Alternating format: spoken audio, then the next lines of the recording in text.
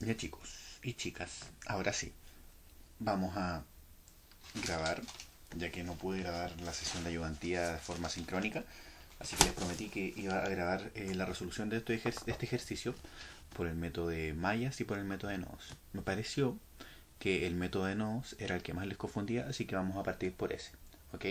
Después vamos a ver por mallas y después vamos a hacer uno extra de resistencia equivalente. Entonces, comenzamos. Recordando, el método de nodos consiste en identificar los puntos de interacción de distintas líneas por donde interaccionan distintos componentes y así poder diferenciar las corrientes que salen y entran a aquel nodo.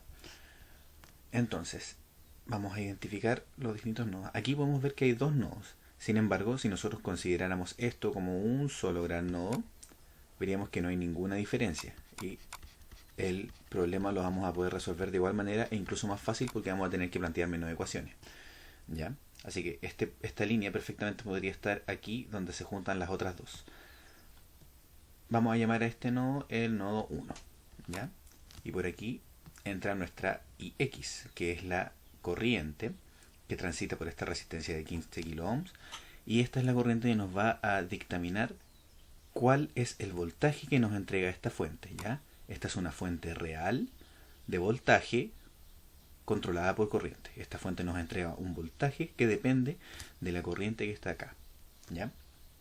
Entonces, por aquí entra nuestra incógnita IX y vamos a definir que por aquí salen tres corrientes. Hacia arriba vamos a definir nuestra primera corriente, que es la I1. Hacia la derecha nuestra I2 y hacia abajo la I3. Listo. Ahora, identificamos otro nodo. Aquí, por aquí, también deberían interaccionar tres corrientes. Tenemos la I1 que va entrando, vamos a definir otra corriente que entra y la vamos a llamar I4. I4 y por acá sale una I5. Listo. Tenemos dos nodos definidos. Aquí otro nodo más. Vamos a ver que por aquí entra esta I5 y entra esta I2. Y vamos a decir que por acá sale nuestra I6. No nos complicamos con los nombres de las corrientes. Por aquí tenemos otro nodo. Y vemos que por aquí entra la I3 y entra la I6. Y por aquí vamos a definir que sale otra corriente, la que vamos a llamar I7. Listo. Y aquí tenemos otro nodo.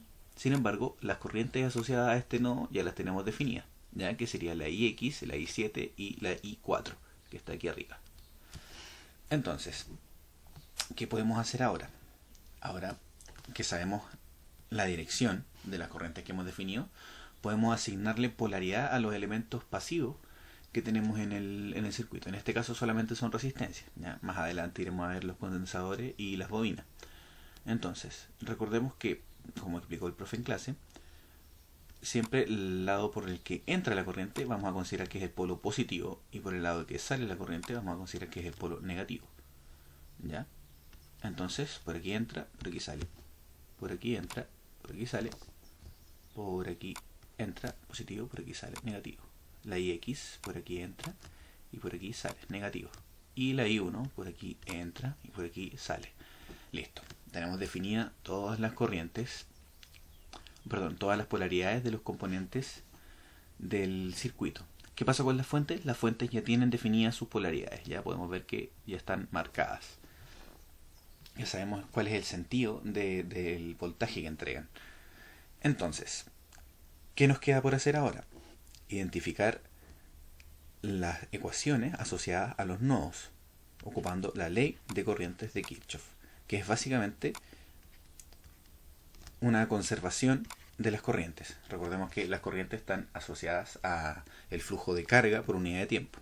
Las cargas se conservan, entonces por una propiedad transitiva, si la carga se conserva, la corriente también se conserva. Ok, entonces, vamos a ver la ecuación del nodo 1. Y vemos que por aquí entra la IX y salen tres corrientes que definimos como I1, I2 e I3. Si yo hubiera definido, por ejemplo, que la I2 iba hacia la izquierda, estaría considerando que entra al nodo. Por lo tanto, tendría que escribir la I2 junto con la IX, y la I1 y la I3 deberían estar al lado derecho de la ecuación, ¿cierto? Lo que entra es igual a lo que sale, ¿ya? Aquí en este caso solamente entra IX y salen las otras tres. Ya, no nos enredemos más, así que sigamos con el siguiente paso, el siguiente nodo. Vamos a definir nodo número 2. Entonces por ese nodo entra I1, también entra I4 y sale I5. Listo. No hay más corrientes que interaccionan en ese nodo. Tenemos el siguiente nodo, que es el nodo número 3. Y vamos a ver que por ahí sale la I6 y entran la I2 y la I5. I2 e I5.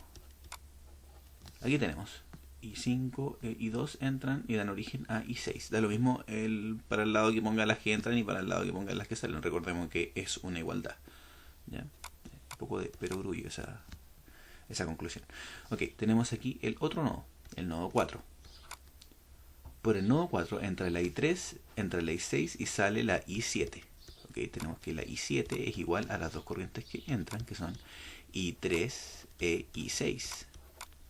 Y nuestro último nodo, que nos va a dar origen a nuestra última ecuación, el nodo 5.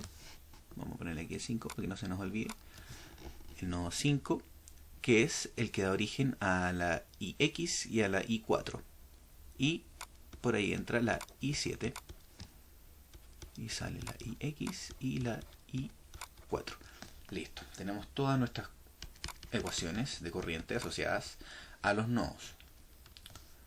¿Qué vamos a hacer ahora? ¿Cuál es el siguiente paso? El siguiente paso es hacer más ecuaciones. ¿Por qué? Porque tenemos 8 incógnitas, ¿verdad? I1, I2, I3, I4, I5, I6, I7 e IX. Entonces nos faltarían por lo menos 3 ecuaciones. Por lo menos. Podemos tener más ecuaciones que variables. Eso no es ningún problema, sobre todo si lo resolvemos con solver. Ya, eso sí. Si lo quieren resolver con matrices, lo cual no recomiendo porque es más engorroso, ahí sí que les afectaría tener más ecuaciones que incógnitas. Pero en el caso de resolverlo con el solver de la calculadora o con el solver del Excel, como ustedes prefieran, no afecta que hayan más ecuaciones. Así que, con el fin de practicar, vamos a definir las ecuaciones de los lazos que podemos definir. ¿Ya? Vamos a cambiar y vamos aquí a aplicar las otras leyes de Kirchhoff, que es la ley de tensión de Kirchhoff, ¿ya? Que en este caso también está asociada a una conservación, pero es una conservación de energía. ¿Por qué de energía? Porque el voltaje, recordemos que tiene unidades de Joule por Coulomb, o sea, es una unidad de energía por una unidad de carga. Son ambas magnitudes conservativas, ¿ya? Ambas magnitudes se conservan, por lo tanto, la energía, el voltaje, también se conserva. ¿En qué nos influye eso? Que nos sirve para armar nuestras siguientes ecuaciones. Vamos a armar aquí nuestras siguientes ecuaciones. Entonces vamos a seguir el lazo que se forma siguiendo todo este camino, el camino externo, que toma todos estos componentes. Okay, y vamos a seguir este sentido. Es importante darle un sentido, porque este sentido nos va a permitir definir los signos de nuestra ecuación, ¿ya? Si nosotros no seguimos un mismo sentido, podemos cometer errores de signo y por lo tanto ahí nuestro sistema de ecuaciones no nos va a dar correctamente, porque lo importante en sí no es el signo, sino que es la diferencia de estos. O sea, si yo sé, por ejemplo, que en este caso esta corriente debo respetar un signo negativo y en esta un positivo, perfectamente puedo hacerlo al revés, pero lo importante es que dentro de la misma ecuación los componentes que tienen distintos polos sean distintos, ¿ya? En este caso vamos a darnos cuenta que, por ejemplo, cuando estamos armando una ecuación de lazo y nos va a quedar, por ejemplo, alguna resistencia con signo positivo, eso no quiere decir que la resistencia no esté entregando energía, sino que respecto de otras fuentes y de otras resistencias va a tener signo contrario, ¿ya? Pero eso solamente es una convención matemática, ¿ok? Entonces seguimos armando nuestra ecuación relacionada al lazo. Vamos a partir de este punto, del nodo 5, ¿ya? Y vamos a seguir añadiendo todos estos componentes. Entonces, tenemos nuestro primer componente, que es la fuente, y tiene, en este caso entramos por el polo negativo y salimos por el positivo. Entonces tiene polaridad positiva. Esta resistencia tiene polaridad negativa. Y la tensión, o sea, el voltaje que nos quita esta resistencia es 4.5, que es el valor de la resistencia, por la corriente que pasa por ella. Recordemos que la ley de Ohm nos dice que el voltaje es igual a la intensidad por la resistencia. En este caso aquí tenemos corriente o intensidad y aquí tenemos la resistencia. Otra cosa que es importante tener en cuenta: cuando nosotros trabajamos con kiloohms y trabajamos con volts, la magnitud asociada a la corriente va a ser en miliamperes, ¿ya? ¿Por qué? Porque si tenemos aquí, por ejemplo, la corriente en miliamperes, recordemos que la corriente va a tener esta magnitud, 10 a la menos 3 en mili, y la resistencia va a estar en kilos, por lo tanto va a ser 10 a la 3. Estas magnitudes se nos cancelan y nos queda igual a 1, por lo tanto nos quedaría la unidad fundamental del voltaje, que es el volt, ¿ya? Para que no se enreden con las magnitudes de las unidades. Ahora sí, seguimos armando nuestra ecuación. Quedamos aquí en la resistencia con signo negativo porque salimos por el polo negativo, y vamos a la siguiente resistencia, que vale 1.5 kiloohms. Por ahí pasa la corriente 5, ¿ya? También sale por el polo negativo, así que la consideramos negativa. Mira, aquí tenemos otra singularidad. Estamos entrando por el polo positivo de esta fuente y salimos por el polo negativo. Por lo tanto, esta fuente nos resta voltaje en este sentido. Y listo. Vamos con el siguiente componente, que es la resistencia de 10 kilos, con la corriente que pasa por ahí, que es la I6. Y aquí llegamos finalmente al meollo del asunto, a la fuente de voltaje controlada por corriente. ¿Cuánto voltaje nos va a quitar esto? Nos va a quitar 1.5 por la corriente que pase por la resistencia de 15 kiloohms, que está por acá, o sea, por IX. ¿Ya? No es que aquí nos interaccione directamente la IX, sino que es que esta depende de IX. Por eso la consideramos así en la ecuación. Y vamos con la última resistencia de este camino, que es la de 22 kiloohms. Y por ahí pasa la I7, que también entra por el polo positivo y sale por el negativo, y llegamos al mismo punto. Por lo tanto, en el mismo punto sabemos que la diferencia de potencial o el voltaje es 0, ¿ya? Recordemos que el voltaje o la diferencia de potencial es la cantidad de energía que nos cuesta mover una carga de un punto A un punto B.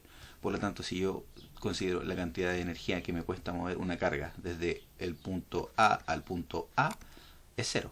Si yo me doy la vuelta entera, la diferencia de potencial es 0. Por eso yo puedo anular toda esta ecuación, ¿ya?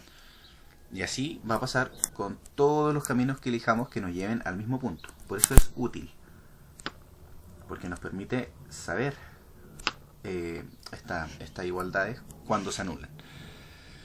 Ahora vamos a seguir otro camino y lo vamos a poner con otro colorcito para que no nos enredemos. Ya vamos a ponerlo aquí con un destacador amarillo. Entonces, antes seguimos el camino externo y ahora vamos a seguir este camino por acá. Vamos a irnos por aquí, pasando por la misma corriente, la misma resistencia, pero ahora en vez de seguir de largo, vamos a doblar aquí y nos devolvemos por acá y llegamos a este punto. Este va a ser el camino que vamos a seguir. Ok. Y lo vamos a seguir en sentido horario también, ¿ya? Vamos a plantear aquí nuestra ecuación 7. Voy a marcarlo más cargadito para que se vean los números. Y partimos de nuevo del nodo 5. Pasamos por la fuente de 25. Pasamos por la resistencia de 4.5 con la corriente I4. Pasamos también por la resistencia de 3.1 y aquí viene lo que les comenté. En este caso, nosotros definimos que por aquí pasa la I1 y va hacia arriba. Por lo tanto, en el sentido que nosotros estamos ahora armando la ecuación, estamos saliendo por el polo positivo. Por eso, en este caso, la resistencia queda positiva. Ya, eso recordemos que no quiere decir que la resistencia esté entregando voltaje. Una resistencia nunca entrega voltaje. Pero en el sentido de esta dirección que estamos eligiendo, es necesario ponerla positiva. Ya, entonces queda 3,1 por I1. Y ahora seguimos con la siguiente, que sería la resistencia de 22 kiloohms. La resistencia de 22 kiloohms, esta vez sí que entramos por el polo positivo y salimos por el negativo. Y esta interacciona con la corriente I7. Y aquí ya llegamos al mismo punto, se nos cierra el camino.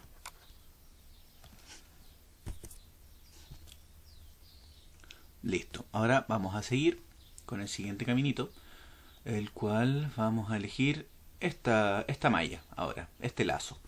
Vamos a seguir por acá, vamos a partir del nodo 4, vamos a darnos la vuelta por aquí, por aquí, por aquí, y vamos a llegar nuevamente al nodo 4.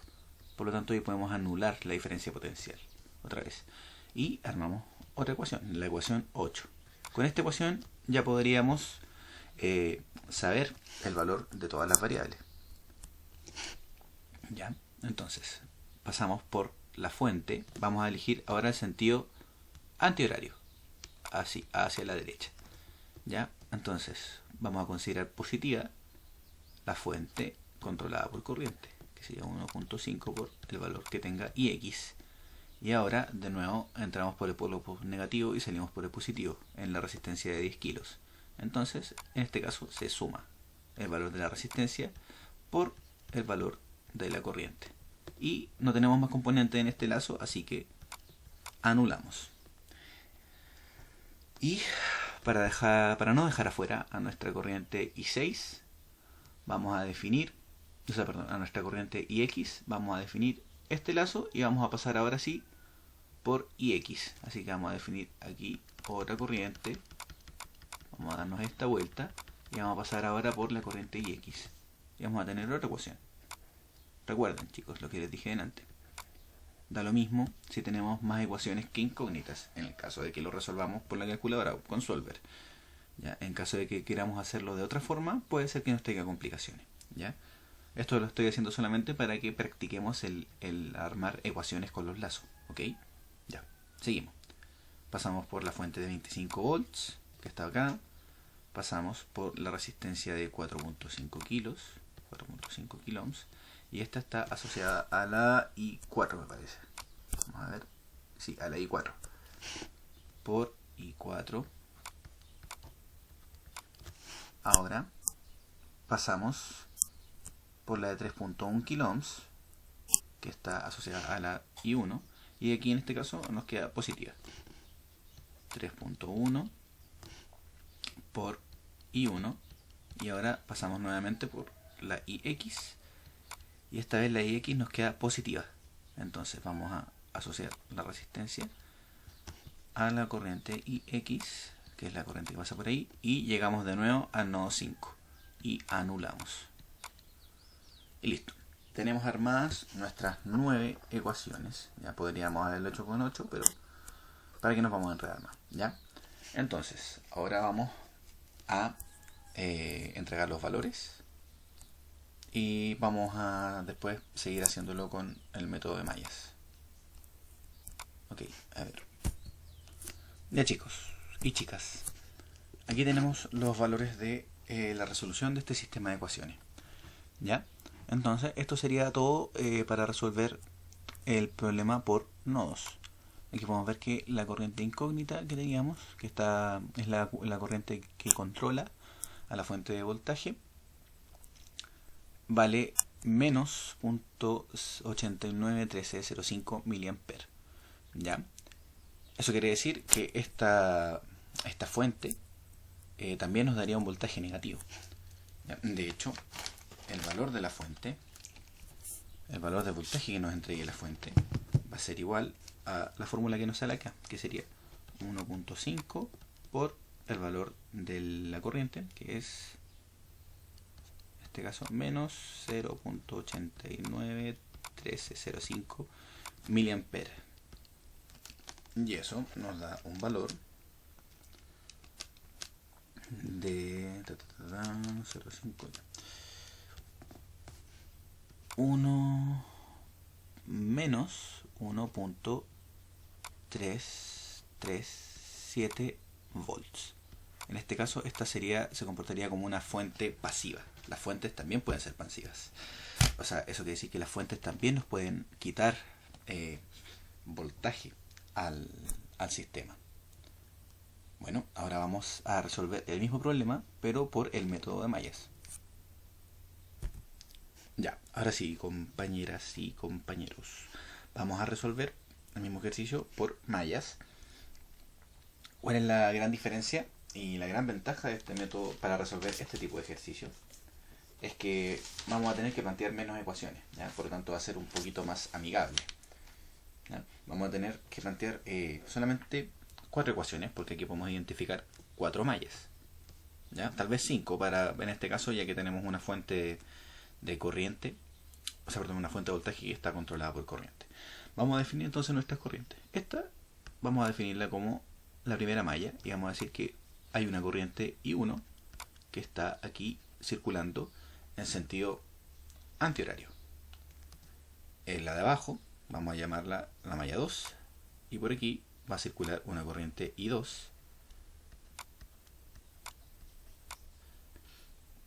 en sentido horario. Esta la vamos a definir como la malla 3 y vamos a decir que por aquí circula una corriente llamada I3 en sentido antihorario, al igual que esta corriente que vamos a llamar I4 y también circula en sentido antihorario.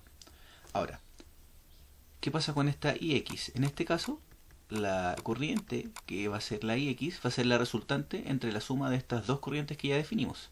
¿Ya? Sería porque recordemos que por aquí entra, en el caso de cuando resolvemos por mallas, nosotros separamos las corrientes de cada resistencia. ¿Sí? En el caso de cuando definimos por nodo, ¿cierto? Que definimos una corriente por cada línea. En este caso, por mallas, nosotros definimos una corriente por malla. Entonces, por cada línea podrían pasar perfectamente 2 corrientes, ¿ya? Pero eso quiere decir que las corrientes interactúan entre ellas dentro de la resistencia. Y en este caso, como definimos el mismo sentido para la misma polaridad para cada corriente que pasa por la resistencia de 15 kilos, en este caso la IX va a ser nada más y nada menos que la sumatoria de ambas, ¿ya? IX va a ser la sumatoria entre I1 e I2, ¿ya? En este caso, por ejemplo, aquí también hay una interacción en esta resistencia. Por aquí entra la I1 y la I4 entran en el sentido opuesto. Por lo tanto, en este caso, en esta resistencia, la corriente resultante sería la resta entre I1 e I4, ¿ya?